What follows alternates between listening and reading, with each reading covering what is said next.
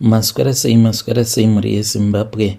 Tinokuchingamidzai zvekare kune chimwe chirongwa pano paZimFacebook Secrets and Confessions. Tadzoka zvekare nemamwe mamessages kune avo vanofarira kuteerera maconfessions.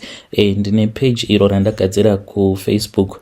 Link to that page ndaisa mucomment section, saka ndiri kukumbirawo following yenyu Facebook. I've not been active on Facebook for almost a year, saka page iri ndakabva mukurigadzira, saka ndaisa link mucomment section kune avo vanoshandisa Facebook. I am asking for your support, uye muchange muchizoverenga nyaya dzandichange ndichizoposta, hoping kuti kune vamwe vanozouyawo nemaconfessions avo kuti tinge tichizonzwa nyaya dzinotumidzirwa nevanhu vakasiyana siyana. Rekedzai tibva tapinda mumamessages edu atadzoka takakubatirai. Message yedu yekutanga yakamira sekudai so: hanzi makadi zvenyu mukoma, ndinokumbirawo kuti munge muchindiposterawo nyaya yangu makaviga chitupa changu. Ndauyawo pano ndiine secret yangu iyo yandiinayo. Secret yangu mukoma nashi yakamira sekudai: zvinhu izvi zvakaitika apo pandainge ndichiri ne19 years. Right now ndava ne43 years. Saka ndakati ndabva kumusha kwamutoko navatete vangu vainge vagara vachishanda zvavo muHarare. Saka vatete vangu vainge vachishandira umwe mukadzi uyo ainge aine maflea markets ake ainge akawanda. Saka akabva achizoudza vatete kuti ainge achitsvaka munhu anenge achida basa. Vabereki vangu vakafara nekupembera vakauya vatete kumusha vachizotiudza kuti murungu wavo ainge achitsvaka munhu anoda basa. Vatete vangu vakabva vachizonditora ndokubva vachizouya neni kuHarare. Ipapo vainge vachigara pamba pemurungu wavo ainge achigara kuBraeside. Saka ndokwandakazotanga kugara ikoko navatete vangu. Saka ndakazotanga kushanda. Ndakashanda kuda about 2.5 months.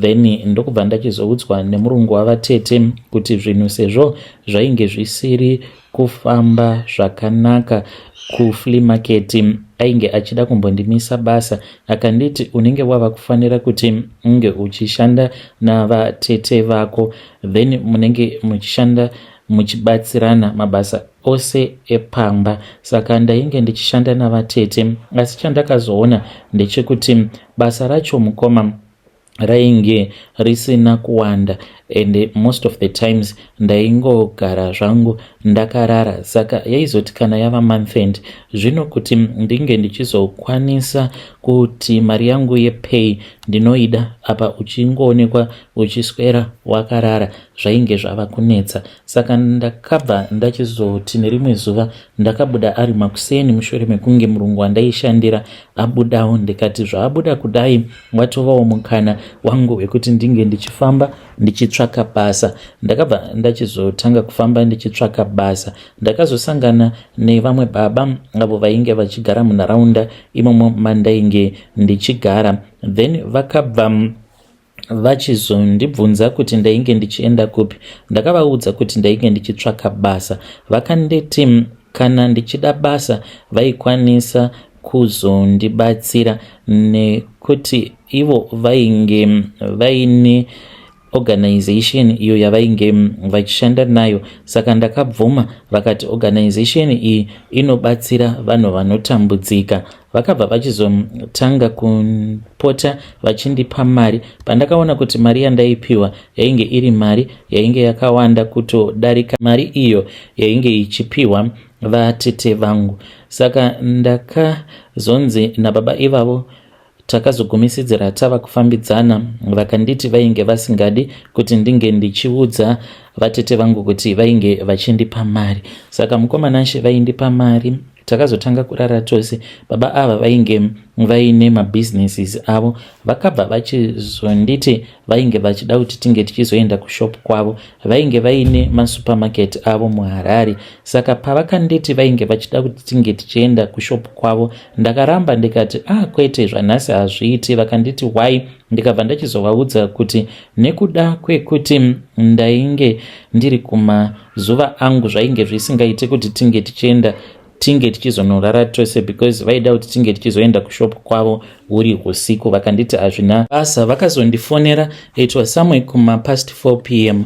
ndakangobuda gate ndichita sekunge ndainge ndichida kuenda kunoona shamwari yangu, ndokubva ndachizonosangana navo. Tisati taenda kutauni takaenda pane rimwe sowe apa vainge vandiudza kuti mapads avo andainge ndaswera ndakapfeka zuva iroro ndichimashandisa ndaifanira kuti ndisazomarasa. Ndakabva ndachizomaisa mune kamwe kaplastic bag ndokubva ndachizoenda tikanosangana tikaenda kumasowe. Vakabva vachizotora kaplastic bag kubva kwandiri, then madzibaba vakabva vachizokatora kaplastic bag ikako vakabva vachizotanga kuvaka munamato, vakabva vachizodzosera murume wandainge ndichifambidzana naye. Takabva tachizopinda mutauni, takaenda mukomanashe tikapinda mushop yainge itori supermarket hombe, ndisingadi hangu kutaura supermarket iyoyo nezita. Then ndokubva achizotanga kupukuta patil achishandisa mapads iwawo, uye zvekare takapukuta nepadoo ainge achipukuta nachishandisa mapads iwawo. After that ndopaakazoti ainge achida kuti tinge tichiita bonde.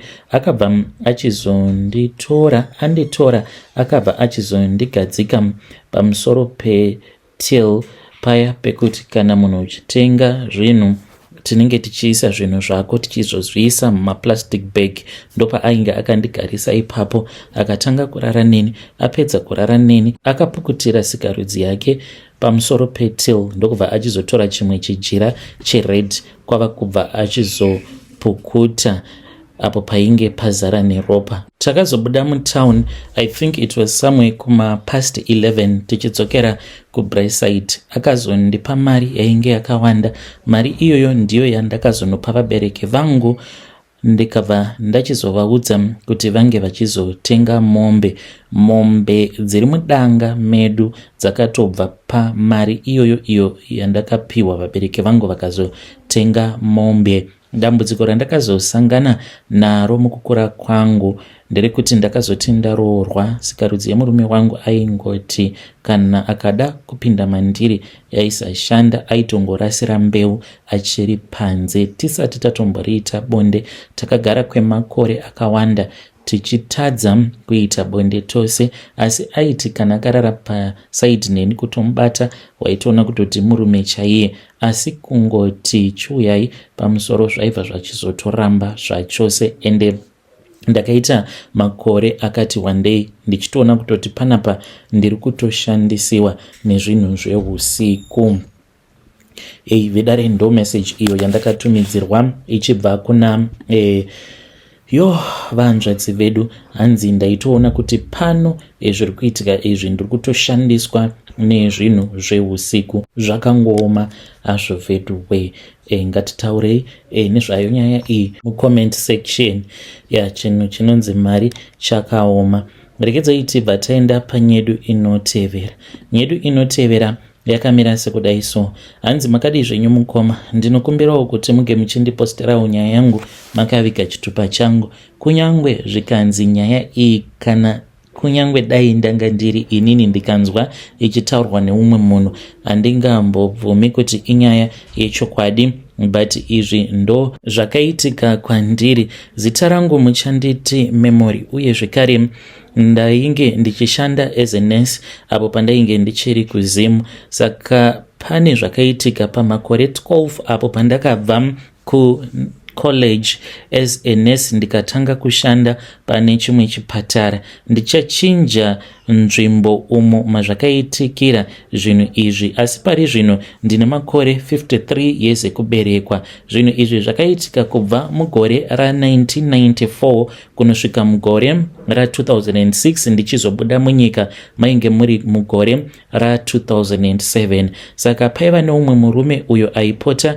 achiuya kwandiri. Murume uyo aiti kana akauya kwandiri aindipa mamwe ma-injection avo andaifanira kuti ndige ndichizoshandisa kubayisa varwere varwere vose vandakabaya nemainjection iwawo mukomanashe vakazopera kufa vose nechirwere cheHIV. makore acho iwawo chaingonzi shuramatongo. Kwainge kusati kwatova nemushonga ende kwainge kuchiri nestigma yekuti munhu kana ukanzi une shuramatongo hakuna kana aida kuswedera padhuze newe. Zvakaitika mukoma ndezvekudai ndakati ndichibva kubasa nerimwe zuva upenyu hwainge hwakaoma. Tainge tichipiwa zvedu mari yaikwana, but mari yacho yaingoperera murent, transport and food. Apa ndainge ndatova nevana vaviri. Ndakatanga ndaita mwana wangu wekutanga ndichiri kuchikoro, ndikazomitiswa zvekare umwe mwana wenumber 2. Vabereki vangu vashingirira kuti vange vachizondiendesa kunursing college. I was a single mother. As for my husband, wekupedzisira wacho wekundimitisa ainge asingadi kana kundibatsira, saka akazobuda munyika kwava kuenda kuBotswana and he never came back. One evening after my shift ndakasangana neumwe murume paCopacabana. Murume uyu akandiudza kuti ainge achinzi Mr. Banda, ainge ari businessman wekuMalawi. Udza kuti ainge aine business iro raainge achida kutaura neni. Ndikati business rei, handina hangu kana business ini randinoita. Ipapo mukomanashi akandiudza kuti he supplied ma medical equipments kuma clinics, ma gloves, ma syringes, cotton, the usual. Handina kuziva kuti sei akangonanga inini, saka akabva achizondiudza kuti ainge aine ka private clinic ako kaainge achida kuzovhura kuBorodale and vainge vachida munhu akaita seni, someone that was beautiful as I was. Mukoma ndakafara, I was desperate. Ndikamudza kuti zvino zvandinoshanda, akanditi it's not like unoshanda each and every day, and kana uchida unokwanisa kuzopota uchirovhaka kubasa uchingopa zvikonzero zvekuti nhasi haukwanise kuuya kubasa nechikonzero chakati. Ipapo mukoma akabva achizondipa mari, akandipa $10.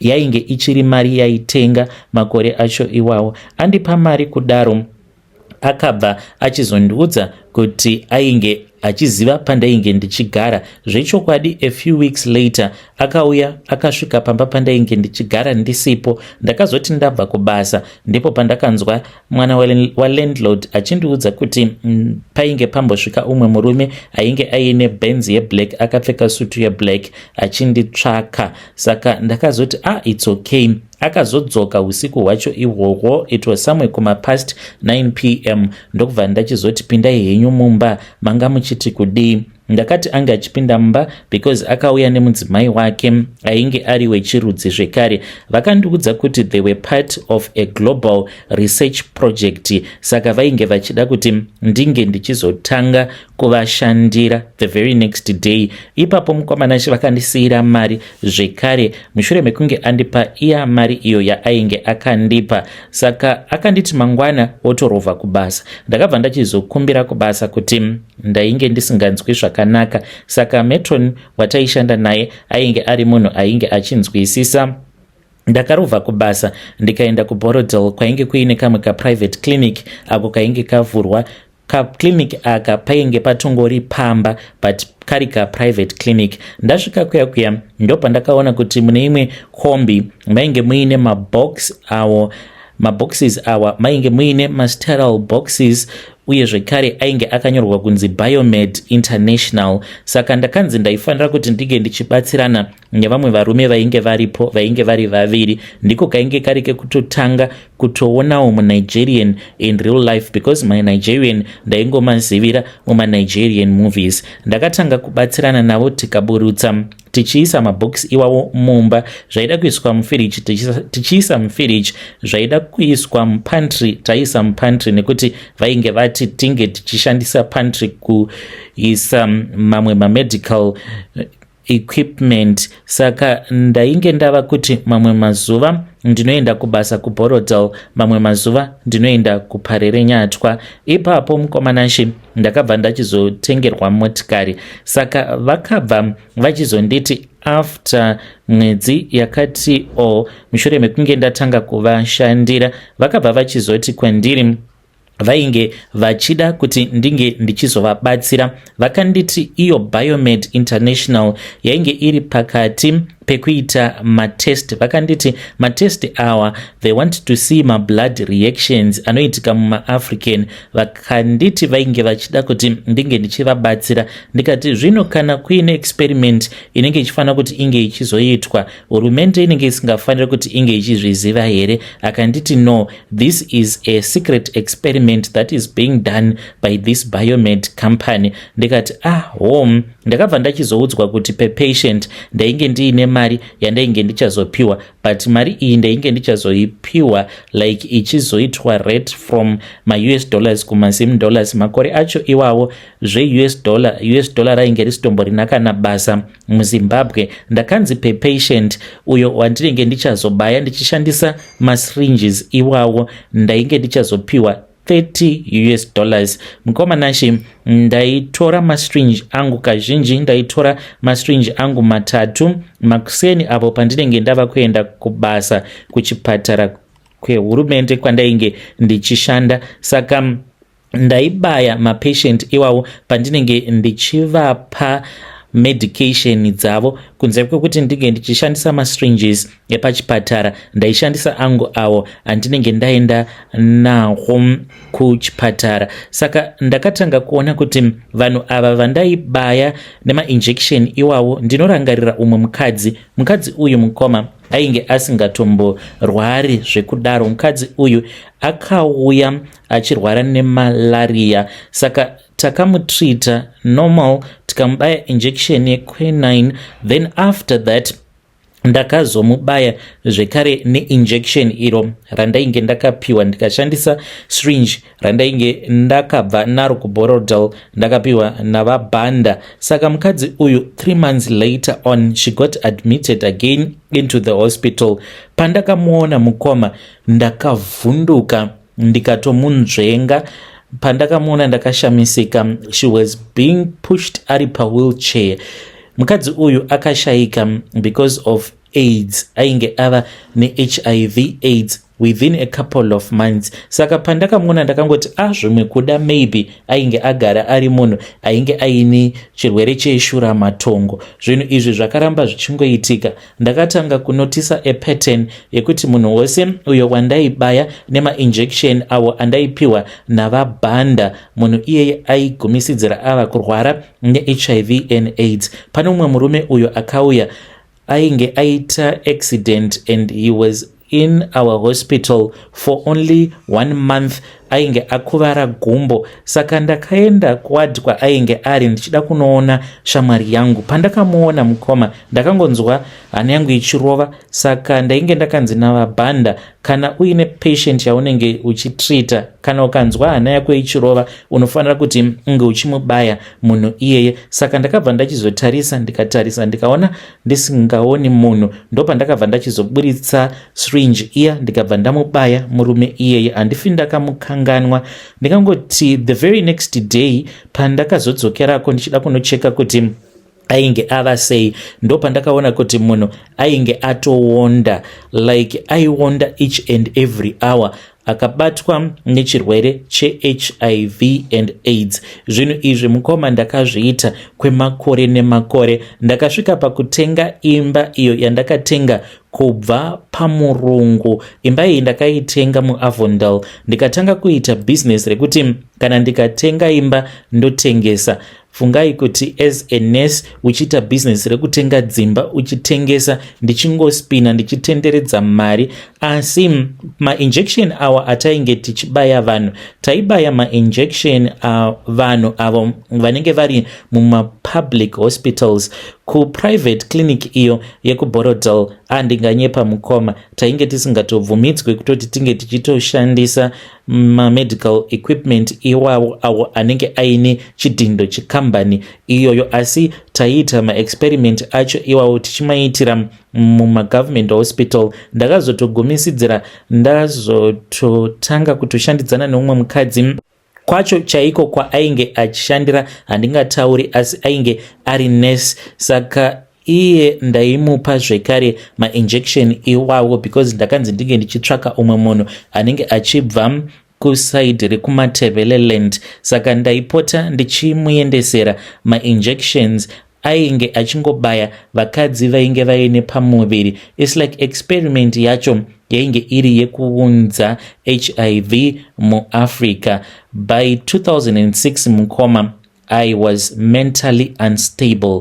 Ndaiti kana ndikatanga kufunga, dzimwe nguva ndaikwanisa kuona mavisions evanhu vainge vakawondoroka vari kumberi kwangu. Plus zvakazondiafecta, ndine umwe mwana uyo wemunharaunda mandainge ndichigara. Mwana iyeye ainge ari mwana aiteerera, aiita zvekudanana nemashuga mama. Ndakanyatsokuona kutanga kurwara kwake achizonosvika pakunofa. Saka zvakandiafecta mentally zvakaitika pamwana iyeye. Saka that was when apo pandakatanga kusava stable mupfungwa dzangu. Ndainge ndava kutaura ndega. I started drinking, fighting everyone, and I was declared mentally unstable and I had to resign, and she was not wrong. Years later mukoma, then that was when I came kuno kukwandiri kumiri kwemakungwa. Ndakauya kuno without any need to work mukoma. I was a multi-millionaire.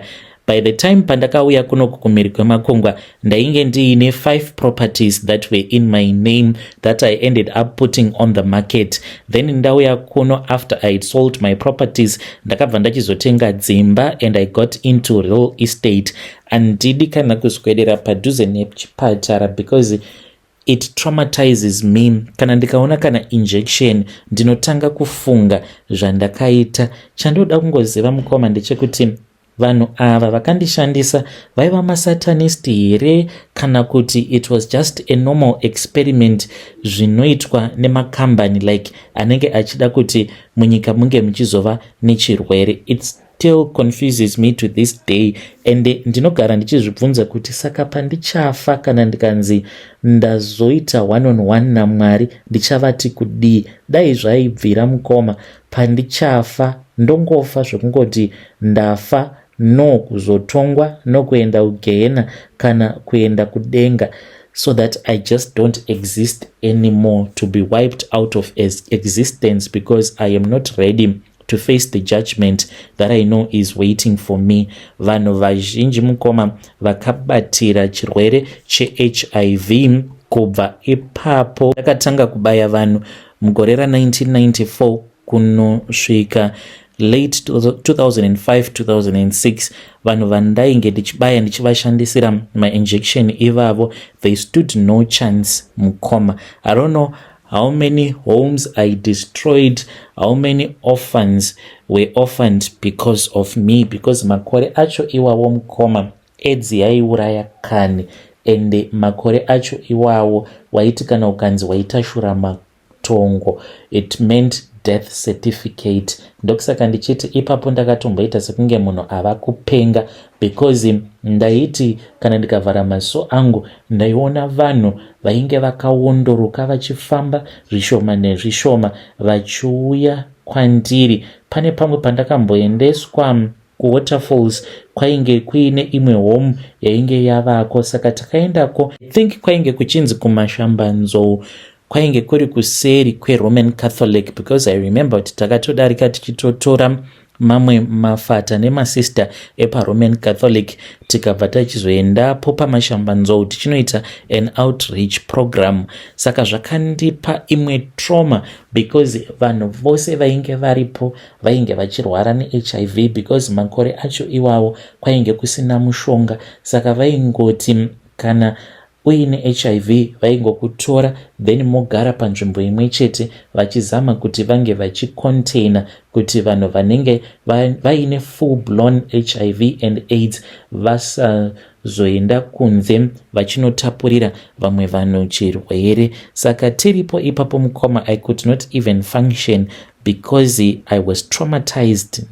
Ndakatarisa vanhu vainge varipo nekurwara kwavainge vachiita. I started thinking about vanhu vandainge ndakabaya ndikavapa chirwere.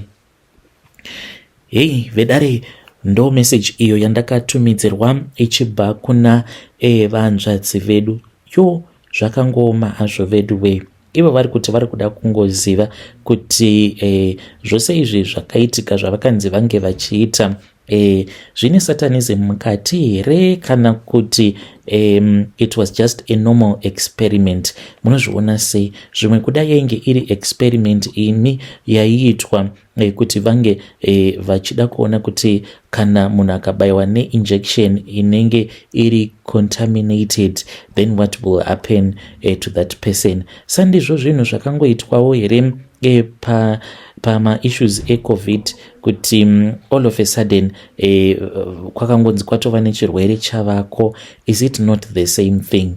Ngatitaurei navo vahanzvadzi vedu ava mucomment section. Hanzi I don't have peace mumwoyo mangu nekuti I know the evil that I did. Hanzi what I hate a lot about me dying one day is knowing kuti I have to face God. Hanzi dai zvaibvira ndongonzi kana ndafa then I cease to exist. I don't exist anymore so that I can avoid the punishment of God. Zvakangooma hazvo vedu we. Let us try to speak with our DM sister in the comment section.